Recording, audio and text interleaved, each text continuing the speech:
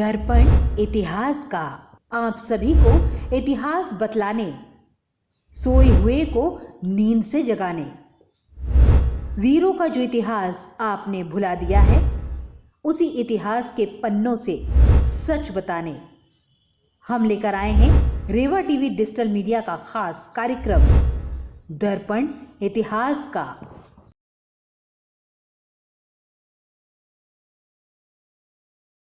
कोई दो देश हमेशा के लिए दोस्त और हमेशा के लिए दुश्मन नहीं हो सकते।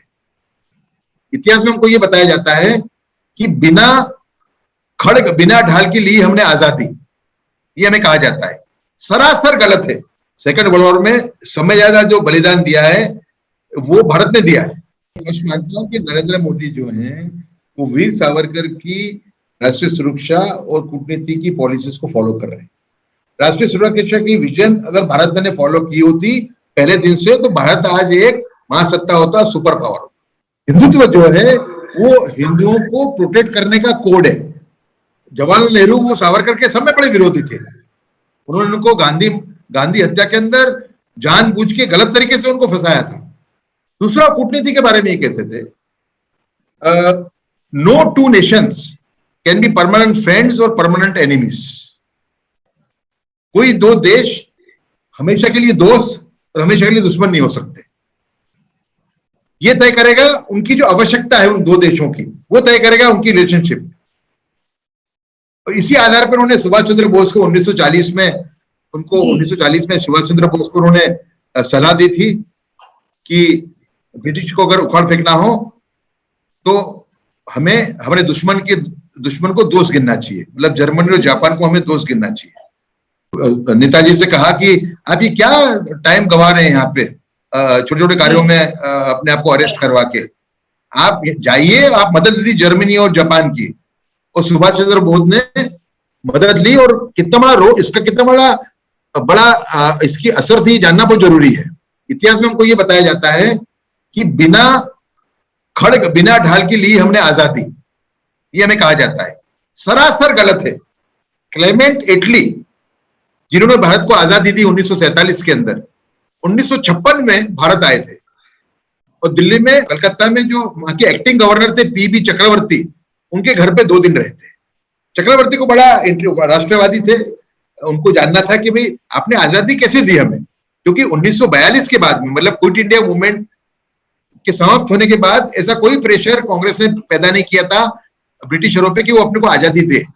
उनको जानने में यह रस था कि जिसने आजादी दी उसके मुंह से मुझे सुनना है। तो उन्होंने पहली बार उनको प्रश्न किया कि मूल कारण क्या था, क्या कारण थे जिसकी वजह से आपने उनको आजादी दी। तो उन्होंने अवॉइड किया क्योंकि कॉन्ट्रोवर्शियल था वो पूरा, पर ये इन्होंने परसिस्ट किया और फिर उन्होंने कहा एटली ने कि आजाद हिंद फौज ने जो प्रेशर क्रिएट किया, भले आजाद हिंद फौज हार गई लेकिन जो प्रेशर क्रिएट किया, जो सैनिक थे भारतीय आर्मी के, उनको अपने में मिला लिया और भारत पे अटैक किया, वो एक पूरा हादसा। दूसरा, जो सोल्जर सेकंड वर्ल्ड वॉर में लड़के आ रहे थे, उन्होंने भी कहा सेकंड वर्ल्ड वॉर में समय ज्यादा जो बलिदान दिया है वो भारत ने दिया है एलाइड फोर्सेस के लिए, मतलब ये जो युति थी अमेरिका, इंग्लैंड की, रशिया की, उसके समय बड़ा बलिदान तो भारत ने दिया है। समय ज्यादा भारत के सोल्जर उसमें वीरगति को प्राप्त हुए, समझा। तो उनका भी ये कहना था कि देखो हमने आपकी लड़ाई लड़ ली, अब आप छोड़ के जाइए, देश की बागडोर हमें सौंप दीजिए भारतीयों को। और तीसरा, एक 1946 में नेवी की म्यूटिनी हुई थी बंबई में, और वो करीबन 20 हमारे पोर्ट्स पे फैल गई थी, कराची में भी हुई थी वो, समझा। तो उन्होंने कहा कि ये 3 मेन कारण है जिसकी वजह से हमको ये लगा कि हम अब देश में नहीं रह सकते, क्योंकि यहाँ की अगर जो आर्मी है हमारी, जो भारतीय नागरिकों की बनी हुई है, वही हमारे विरोध में हो जाएगी तो हम कैसे राज करेंगे। ठीक है, तो लास्ट में उन्होंने पूछा चक्रवर्ती ने कि तो फिर कांग्रेस का कितना इसमें योगदान था। तो उन्होंने कहा मिनिमल, एक शब्द यूज किया, मिनिमल, हंसते हंसते, सरकास्टिक हंसे थे वो, मिनिमल मतलब एकदम कम, ये उनका जवाब था।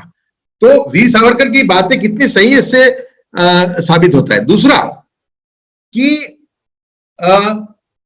1965 में की लड़ाई जो हुई पाकिस्तान के साथ में हमारी, उसमें हम लाहौर से सिर्फ 13 किलोमीटर दूर थे।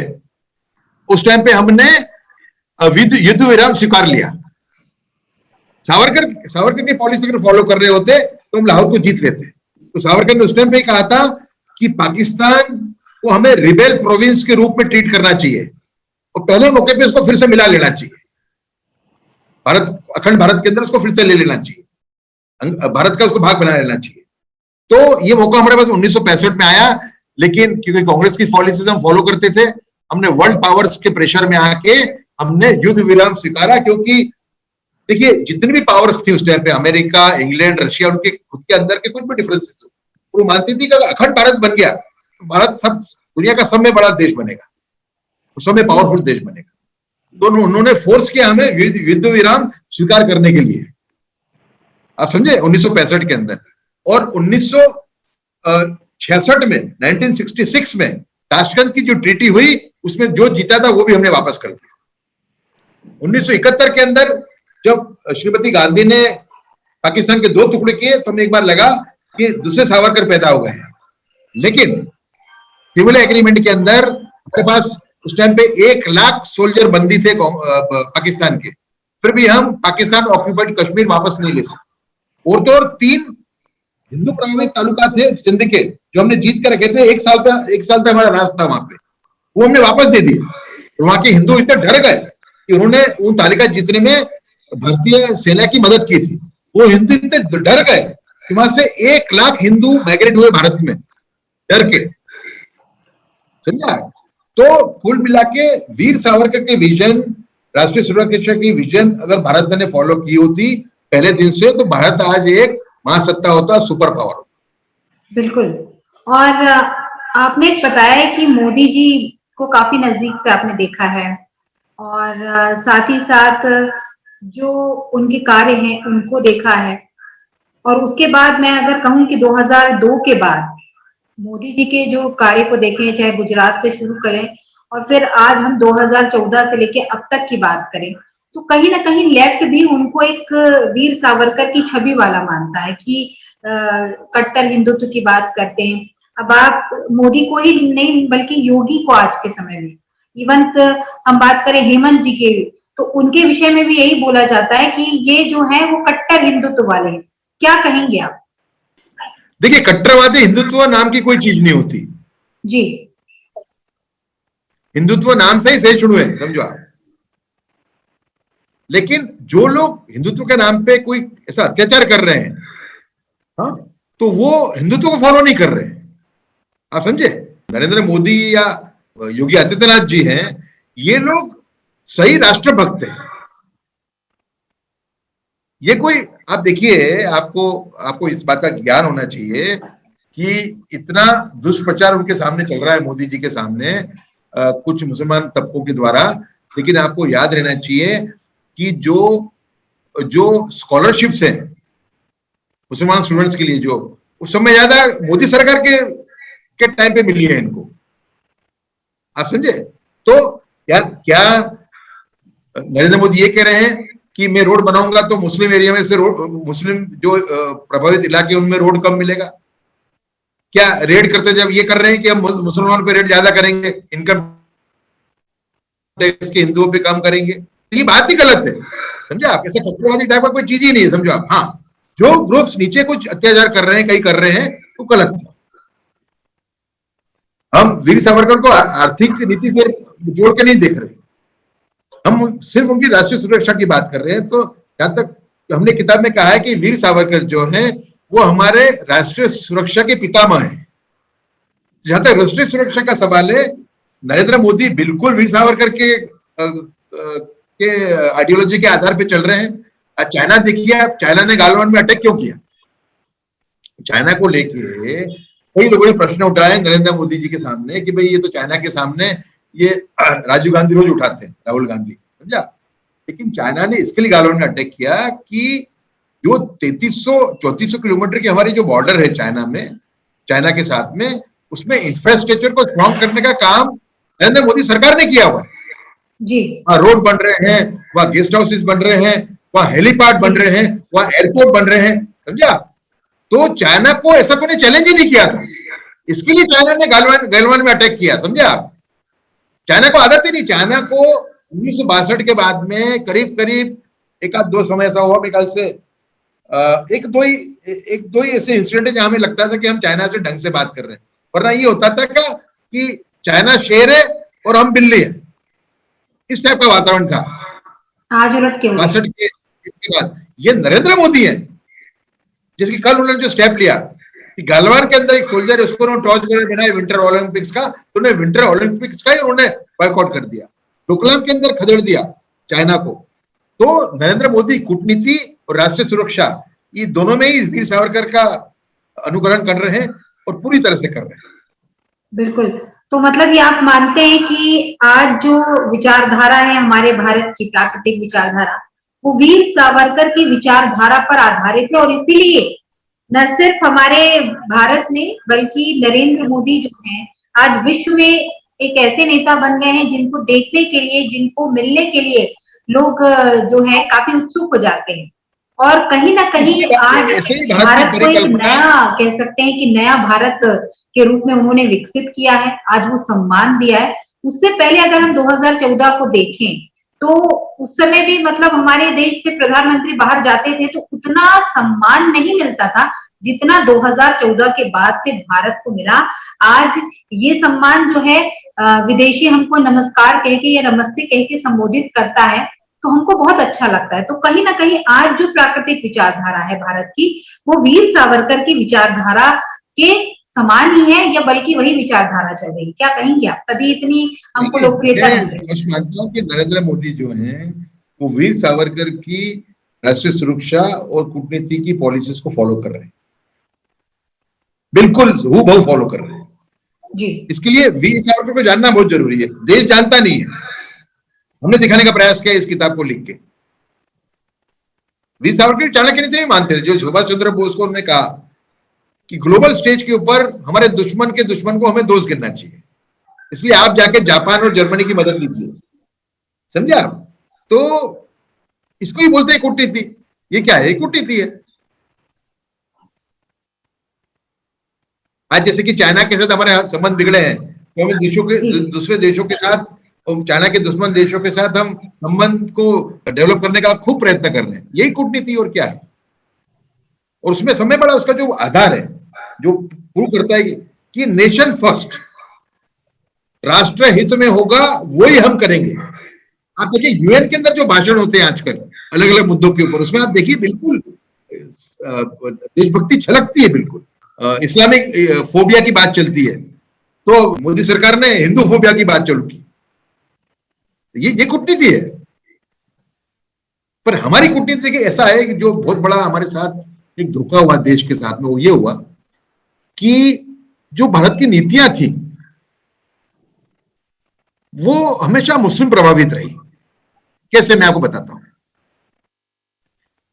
जो मुस्लिम तुष्टिकरण की नीतियां रही, वो जो मुस्लिम लीग का जो रेजोल्यूशन था 1940 का, ये बहुत, ये आप इसको नोट करिए, बहुत इंपॉर्टेंट है, ये आपको कोई नहीं बताएगा। ये जो 1940 का, ये मेरे और मेरे सहलेखक चिरायु पंडित का ये रिसर्च है, समझे ना आप? इसके आधार पे हम ये स्टेटमेंट करने जा रहे हैं। बहुत ही स्वीटिंग स्टेटमेंट है, कोई नहीं, आज तक कोई ने किया नहीं है ये।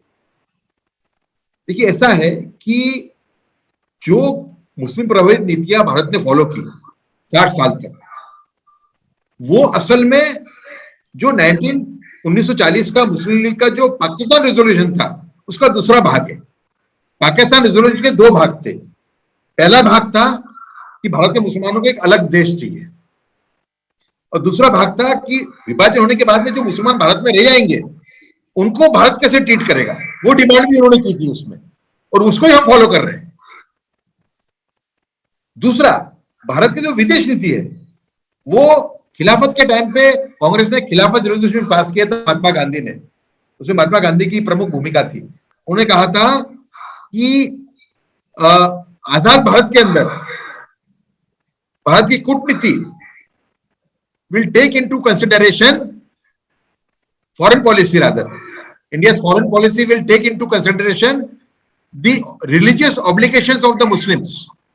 मुसलमानों की जो धार्मिक भावना है उसको सम्मिलित करके ही हम हमारी फॉरेन पॉलिसी बनाएंगे, विदेश नीति बनाएंगे। पर आप देखें कि 1948 के अंदर जब आज के इजराइल का गठन हुआ, तो इजराइल का जो पहला रेजोल्यूशन था वो था भारत में जो यहूदियों को 200 साल तक एक तरीके से सेंचुरी मिलती रही, मदद मिलती रही, जबकि हर जगह उन पर अत्याचार हुए क्रिश्चियनों द्वारा, मुसलमानों द्वारा, ठीक है, उसके लिए उन्होंने भारत का धन्यवाद करते हुए एक रेजोल्यूशन पास किया था 1948 में, अपने गठन के तुरंत बाद।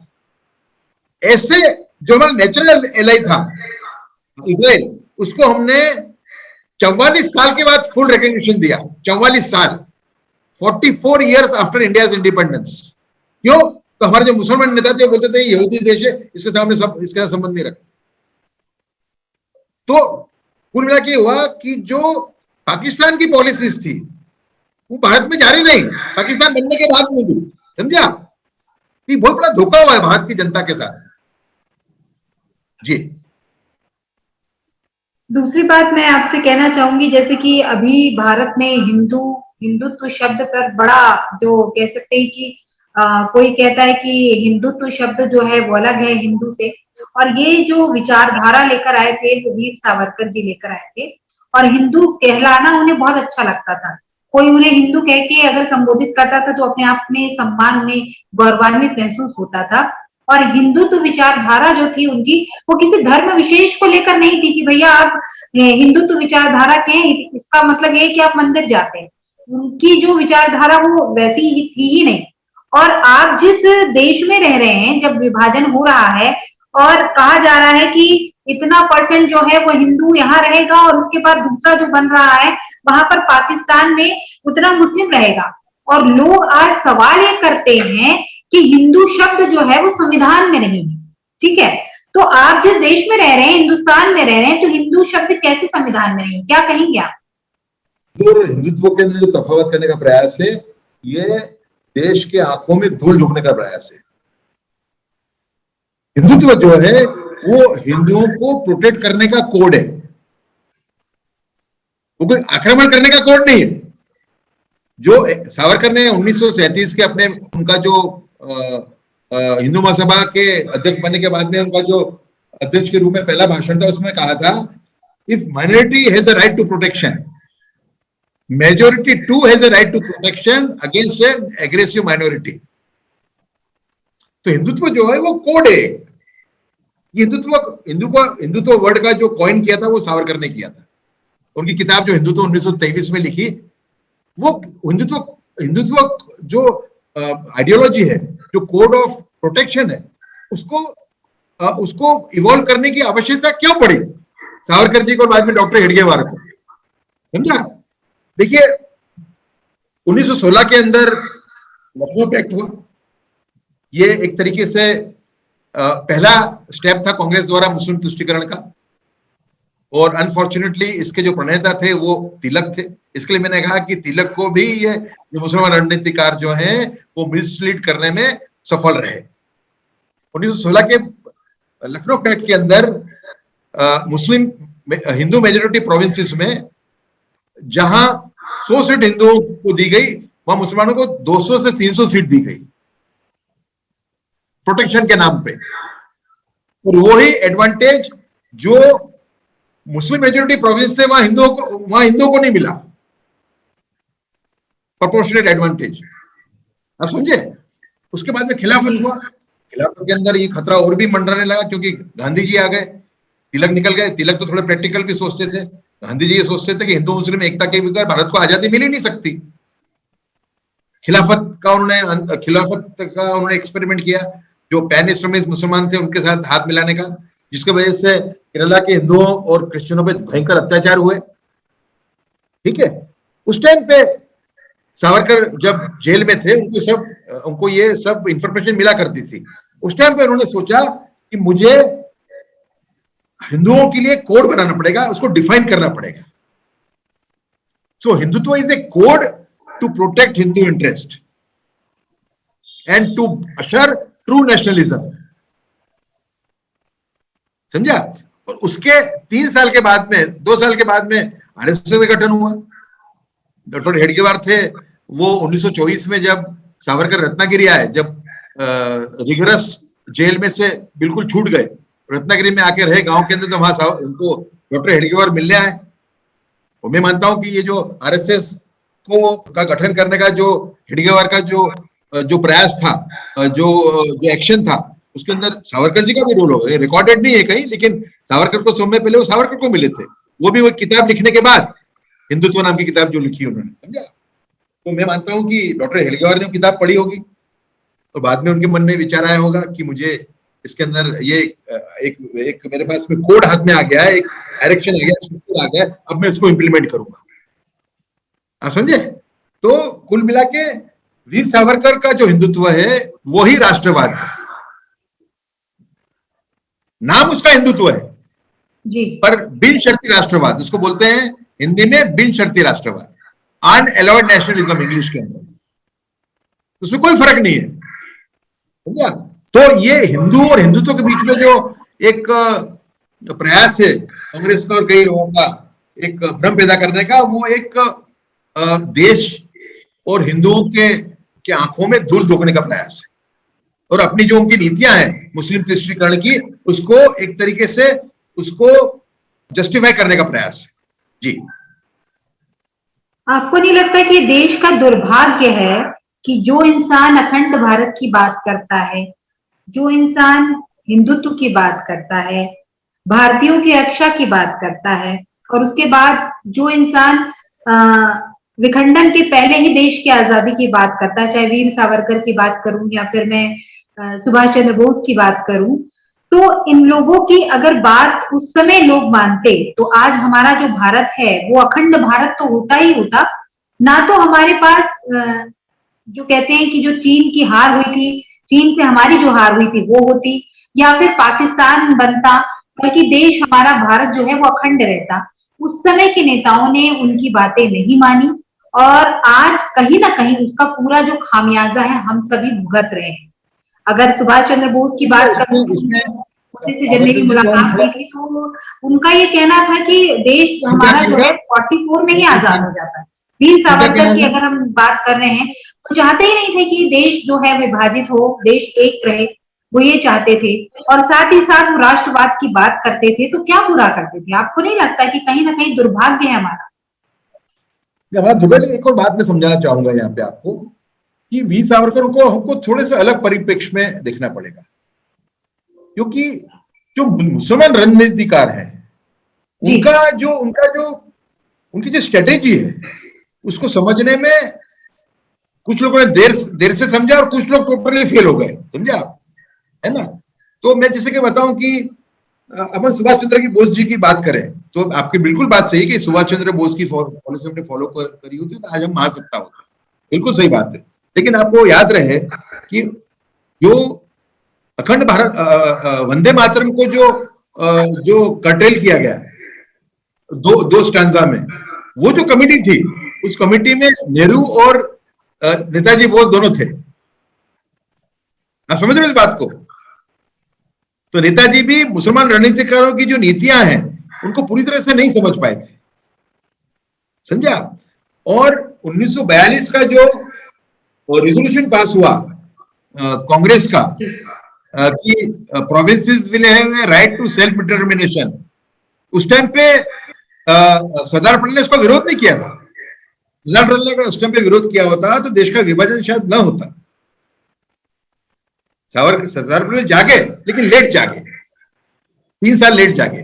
3 साल पहले अगर जागे होते सावरकर, तो सावरकर और सरदार पटेल एक हो गए होते तो भारत का विभाजन ही नहीं होता। आप समझे। मतलब वो जो 1942 का जो रिजोल्यूशन था कांग्रेस का, वो मूल कारण था भारत के विभाजन का। स्वीकार लिया उन्होंने, provinces will have a right to self determination in independent India. इसका स्वीकार लिया आपने कि जो भी प्रोविंस बाहर रहना चाहता है उसको छूट है। और हमने एक बात याद रहे देश को कि हमने विभाजन की डिमांड के 15 दिन में ही स्वीकार लिया था। 23 मार्च 1940 को जिन्ना ने अलग देश की मांगनी की, ठीक है।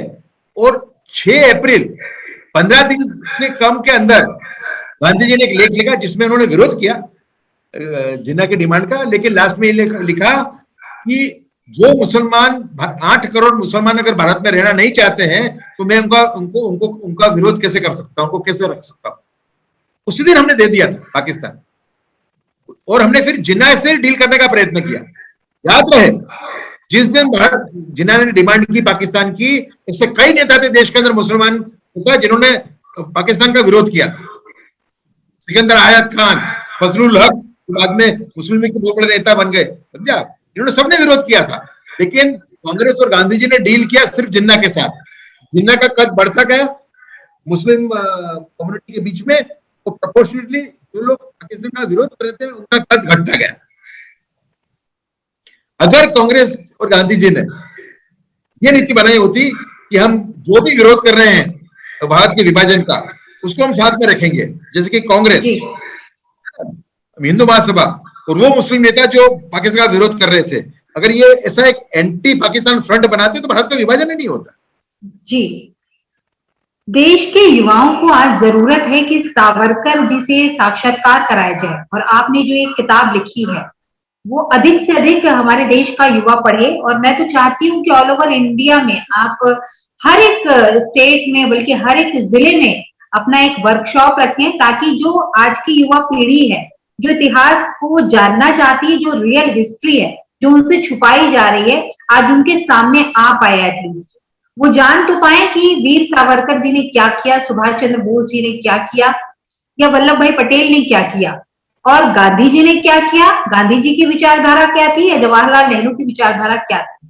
तो ये देश को जानने की आज बहुत जरूरत है, और इसलिए जो आज के समय में आपने किताब लिखी है, कहीं ना कहीं एक सकारात्मकता और एक छुपे हुए पहलू को लोगों तक पहुंचाने का कार्य। तो क्या लगता है आपको? बिल्कुल, मैं तो इस बात की अनुभूति कर रहा हूं। मैं तो ये मानता हूं कि टर्म होता है ईश्वरीय कार्य। कभी आदमी सोचता नहीं कि उसके हाथ से इतना बड़ा काम होगा, भगवान उसके हाथ से काम करवा लेता है। तो ये ईश्वरीय कार्य है, और इसको हम बखूबी से आगे ले जाएंगे, इसको डट के आगे ले जाएंगे, देश के सामने सत्य लाने का प्रयत्न करेंगे, और भावी पीढ़ी को सावरकर की सही वैल्यू मालूम पड़े, उनका क्या योगदान है उसके बारे में मालूम पड़े, क्यों वो भारत के राष्ट्रीय सुरक्षा के पितामह हैं, ये सब बातें उनके सामने हम लाएंगे। जी जी, चलते चलते हमारे देश के युवाओं को आप क्या संदेश देना चाहेंगे? देखिए, नेशन फर्स्ट की बातें बहुत लोग करते हैं, पर सावरकर का जो नेशन फर्स्ट है वो बहुत उत्तम कक्षा का है, कि देश के विरुद्ध में जो भी हो उसका विरोध करो, भले आपका खुद का नुकसान हो रहा हो। और इसके बहुत बड़े एग्जाम्पल्स हैं, इसके बड़े बड़े प्रूफ हैं, जैसे कि जवाहरलाल नेहरू वो सावरकर के सब में बड़े विरोधी थे। उन्होंने उनको गांधी हत्या के अंदर जानबूझ के गलत तरीके से उनको फंसाया था, लेकिन आजादी के बाद as a prime minister Jawaharlal Nehru ने कुछ अच्छे स्टेप्स लिए अगर राष्ट्रीय सुरक्षा के बारे में, तो सावरकर ने उसकी ओपनली सराहना की, स्टेटमेंट इशू करके।